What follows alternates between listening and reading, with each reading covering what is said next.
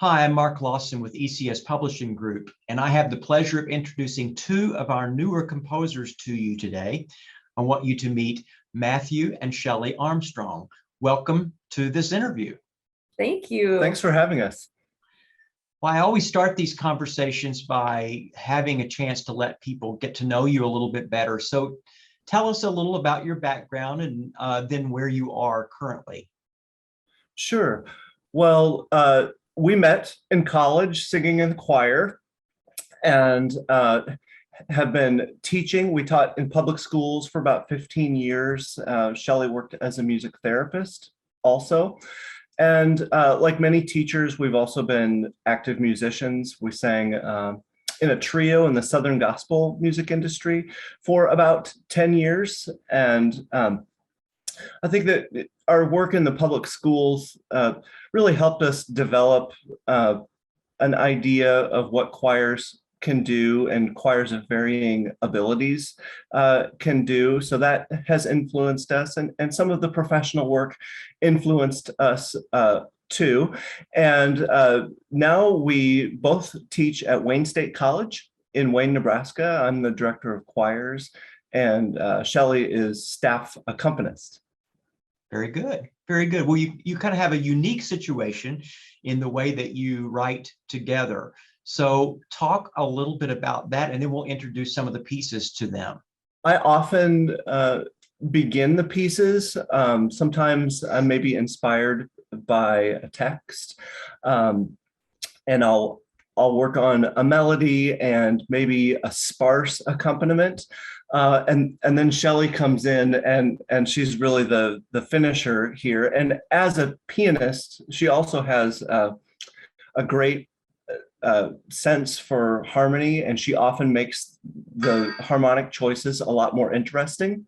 And sometimes it takes me a few listens to get used to the changes, or she'll have to try something a few times.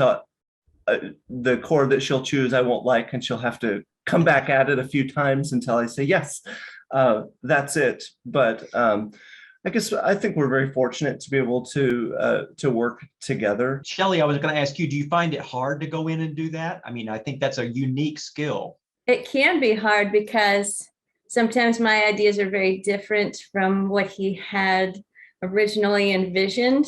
So as he said, if he's too far along in the process, oftentimes he's really married to this certain idea that I have to kind of work out in a way that I can get him to finally like and approve and go along with. But sometimes it does take a while.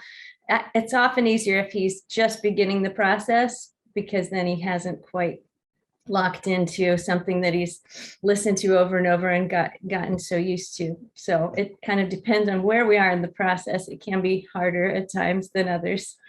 You know, we've both written and arranged pieces on our own also, but it's really great to be able to work together. And you maybe don't see that as often in choral music as you do if you look at something in the pop music industry. You'll see half a dozen collaborators. Half a dozen people collaborating together. And I think that maybe a little bit of our professional experience in the Southern gospel realm maybe opened us up to that, to being co-writers. And what we can do together is very fun. Well, you have 4 new pieces coming out that are wonderful.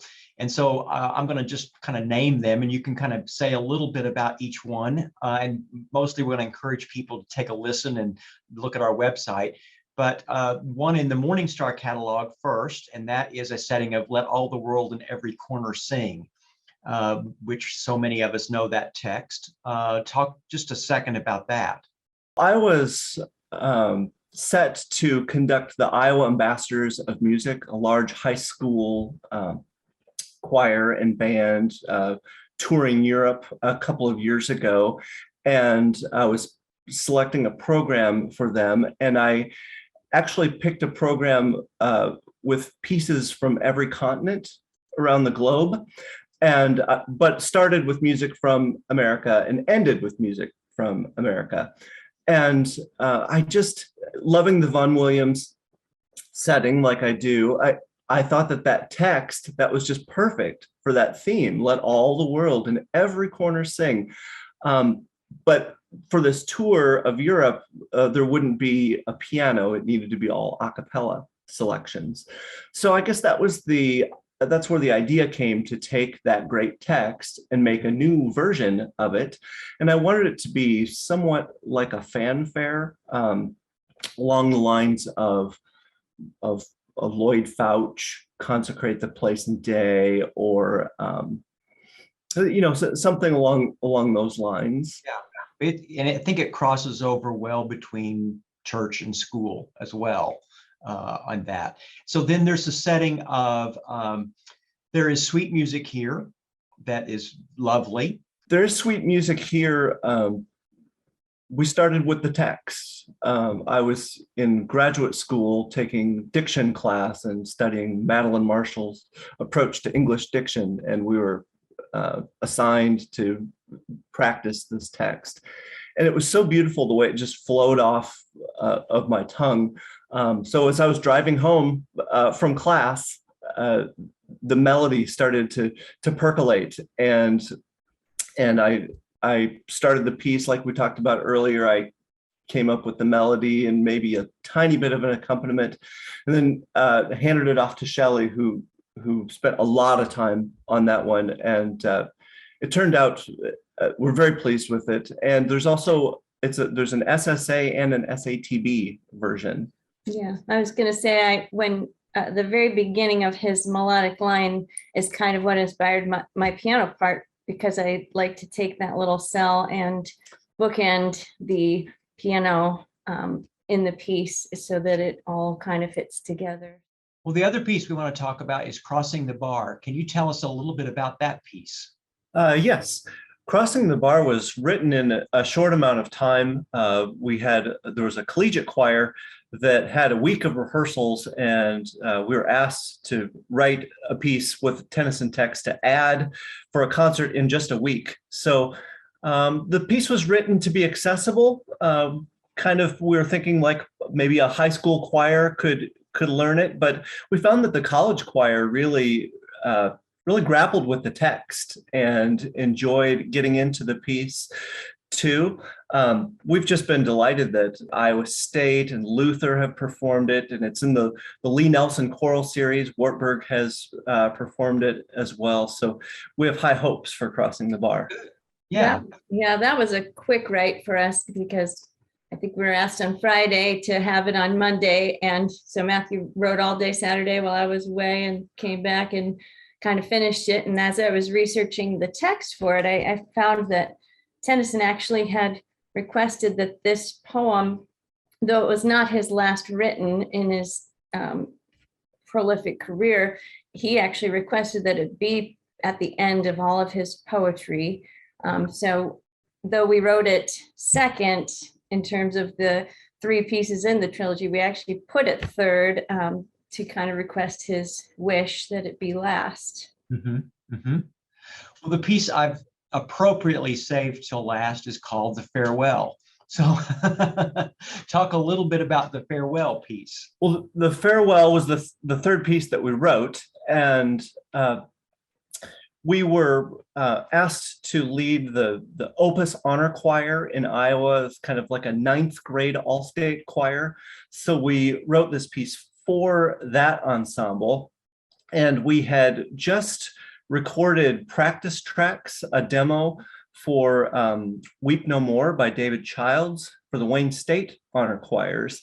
And the beautiful flowing accompaniment in that piece, I think, influenced what Shelly wrote for the piano part for Weep No More. As well as the text. I always try to use the text to inspire how the music will be portrayed. And I was thinking of how the text, follows the flowing down rivulet to the sea, and so just the cascading 16th notes are supposed to emulate the flowing water. And another thing we really try to do, because of our experience as teachers and as singers, we really try to set each voice part in a way that is very singable. within range as well as the voice leading. So will actually sing each voice part alone and make sure that it makes sense on its own, as well as within the context of the other parts and the harmonies and things. Yeah, that's great. It's very well crafted. So congratulations on all of these pieces. So I would encourage those of you watching to go to the website, take a chance to look through all of these pieces, and I think that you'll find them to be well crafted and to be very usable. So thank you both for taking time to visit with us. Thank you, Thanks for Mark. having us.